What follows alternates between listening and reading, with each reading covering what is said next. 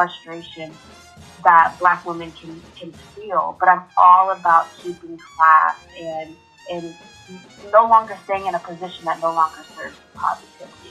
If you feel like your efforts are being overlooked, if you feel like your talents are being overlooked, that is an opportunity to get up from the table, walk away, and start a new table. And that's exactly what we did, us three.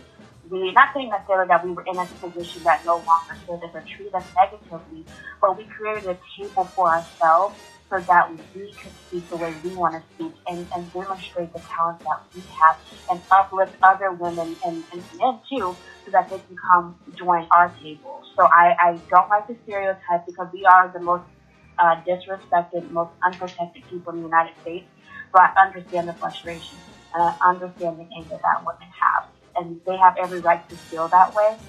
But we should not use that treatment and reflect it back on others. I think we should be the bigger person and say, okay, you know what, this is not serving me. You're disturbing my peace. I say that a lot. If you disturb my peace, I'll walk away instantly. But I that every time I hear that, I just think, wow, they're just going to continue disrespecting Black women, and I really don't like that at all.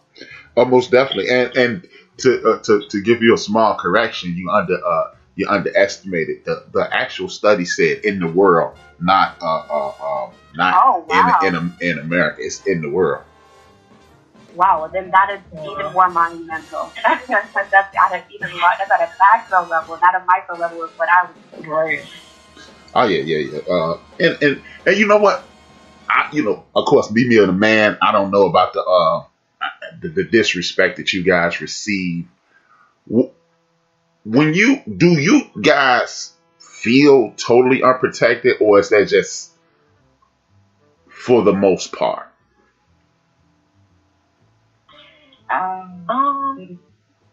That's a good question. So there's different levels I look at. So you can emotionally feel unprotected, and then you can physically feel unprotected. Mm-hmm. For me, I don't physically feel unprotected. I feel like I'm surrounded by, I have my brother, my father, I have male friends. So physically, I think if I was ever to come across an altercation, I know physically, like I have a protection, personally, on a personal level. And then, but emotionally, sometimes I feel like you said, just go back just a few minutes where you said, we're thought to be able to endure more pain than others. Because I think people have that mindset, they think that they can say whatever they say and attack us, and that can be detrimental to our mental health, our spiritual health, and our emotional health. So I would say on that level, sometimes I do feel unprotected. In a professional sense, I have felt unprotected. Yeah. Please explain. I was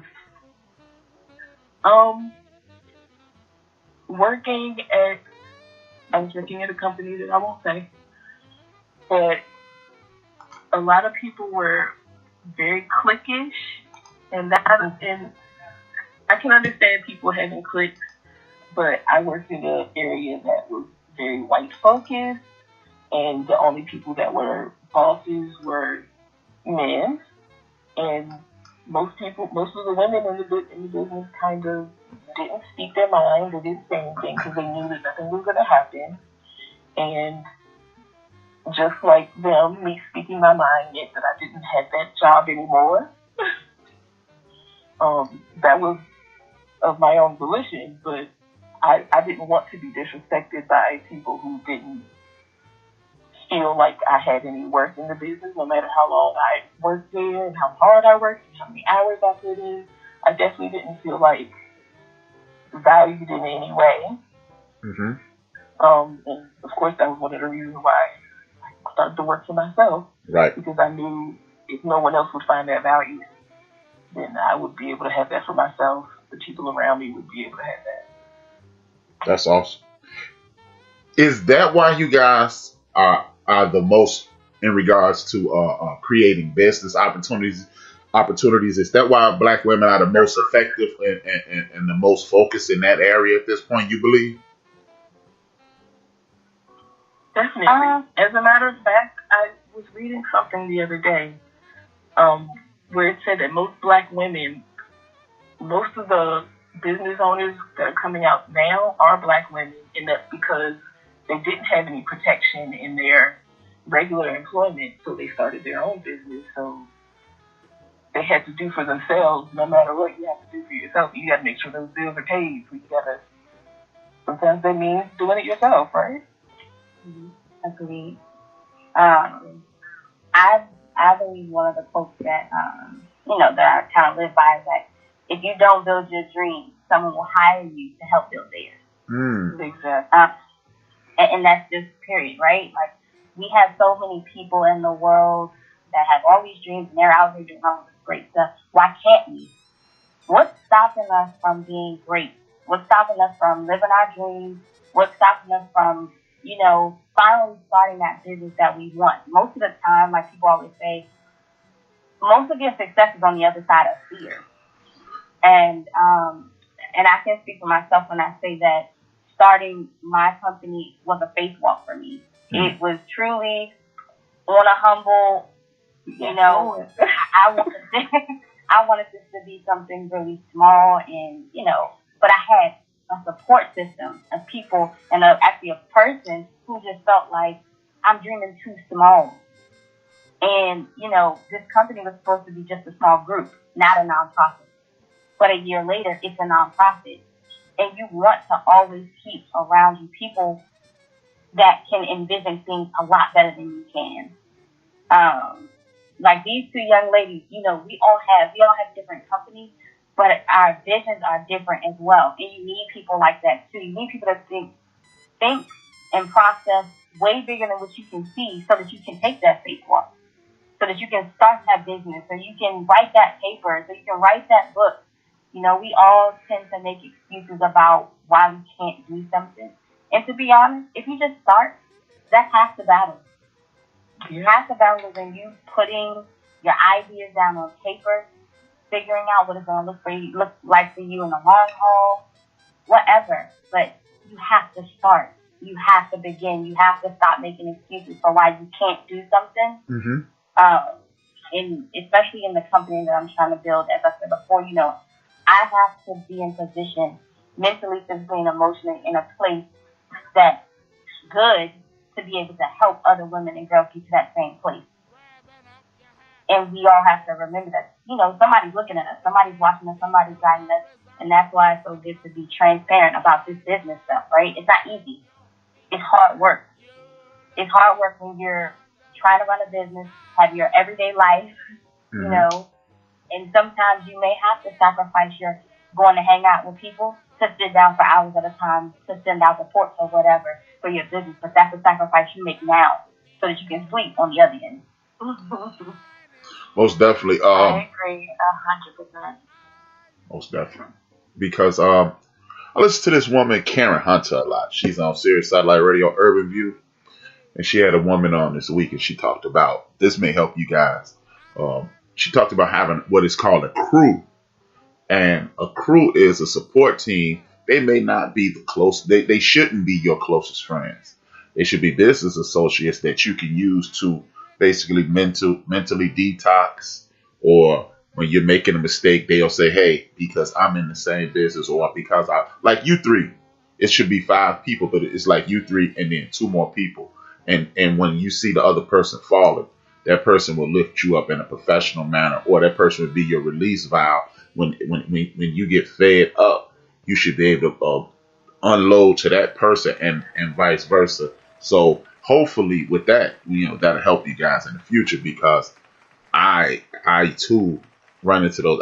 When you were saying that, I have to send out invitations daily to be on my show, and we're looking at a situation where it's, actually when I started focusing and doing that, I started getting so much success. I've actually had to create a tertiary show just for that endeavor, and it's going to be something totally different than what we're doing. I'm still going to do this, but I'm going to do that in addition to it. But yes, I definitely understand. I haven't been able to hang out as much as I like, and so hopefully that crew idea will help you guys, because we, again, that's why I always say Ubuntu. I am because we are. Without each other, we are not going to be able to do anything. So, and it actually saddens me when I hear women say we feel unprotected, because as a male, it bothers me. Like, hey, what can I do? But it's really nothing you can do at the workplace to make a person feel more protected because as you stated, you got fed up, and when you got fed up, you created your own space. And it takes me to something from the Nation of Islam: do for self or suffer the consequences. And that's what we've been suffering, the consequences for 157 years of what is perceived as freedom, and for 400 years of being in this settler project that we call the United States of America. Now, with that being said, what are you guys' greatest obstacles as you move forward? Yeah, I want to start. I start. You go. Myself. My greatest obstacle is myself. Nobody is ever going to be able to uplift me or do for me the way I'm going to be able to do for myself. But that also starts with self-talk, because I suffer from depression and anxiety. I've had a lot of health problems. So for me, my mental is the most important part. I've been able to do this by just a switch in my brain to be able to say, hey, I can do this. I can start this business. And it's a switch in my brain every single day to be able to tell myself, hey, you can do this. You're going to be able to continue this, and it's going to be bigger and better than what you could ever imagine. And I'm not able to say that to myself every single day. And I can't lie to anybody and say, I'm always positive, and, this menu is about to come out today, but I really don't feel like it. I just feel like crying today. But guess what? Work still got to happen. And it's even better for me to be able to say, okay, this work is something that I did for myself. And in return, it's this business is as important to me as my mental health is. And it's taught me so much about myself and what I could do. And every single day I'm teaching myself how great I am, how great this business is going to become, and the opportunities I'm going to be able to give myself, my family, my friends, everybody. That's awesome. Through myself. My obstacle, I would have to say, I've always battled with this. I don't know when to ask for help. That is the obstacle that I have. Girl. So, yes, I struggle with that, and I'm just so used to being so independent, and I work, it's just like trauma from like college and high school, you're in the group project, and you're doing all the work of the whole group, and then so you're just like, I'm going to do it myself. I figured. Exactly. I've lifted so many groups up on my back, and now that I'm in my business, I don't know how to go and ask. Like, I have a team of like maybe 2 or 3 people, and I can't go and ask them, hey, can you do this, or can you follow up with this, or can you type this up for me, because I'm so used to being so independent. So that's something I need to get over, because as my work starts to pile up, I'm going to have to start delegating things out. So that's what I definitely need to work on. So I will say, for me, it must be a combination of what both of you guys did. To a certain extent, I guess mine may be a little bit different from the partnership we're talking about. Is that I am constantly trying to self-motivate. I'm always reminding myself of where I was a year ago with this process. It was just talked about where I'm at, where I was 6 months ago, where I'm at right now, and where I will be. For example of that, I just did a phone call with a young lady by the name of Adelina. She used to work in social work. And the one thing she made me do is sit down, and she's like, okay, we're 3 years later. What would you tell yourself? Where do you want to see yourself? And made me go through like this whole process of me having a dialogue with her about where I wanted my company to be, where I wanted to be mentally, where I wanted to be emotionally, where I wanted to be financially. And it really broadened my spectrum on where I could possibly go with this. And I think self-motivation is absolutely 100% important, because you have to talk to yourself. You have to believe in yourself, or else your business will fail. It's important to talk to yourself. It's important to give those self-help every day. You're great. You're awesome. You can do anything. You're better than the next person. And that's just always important to kind of getting yourself together and running your business. And the part that Courtney talked about in terms of asking for help, that's just something I think that I've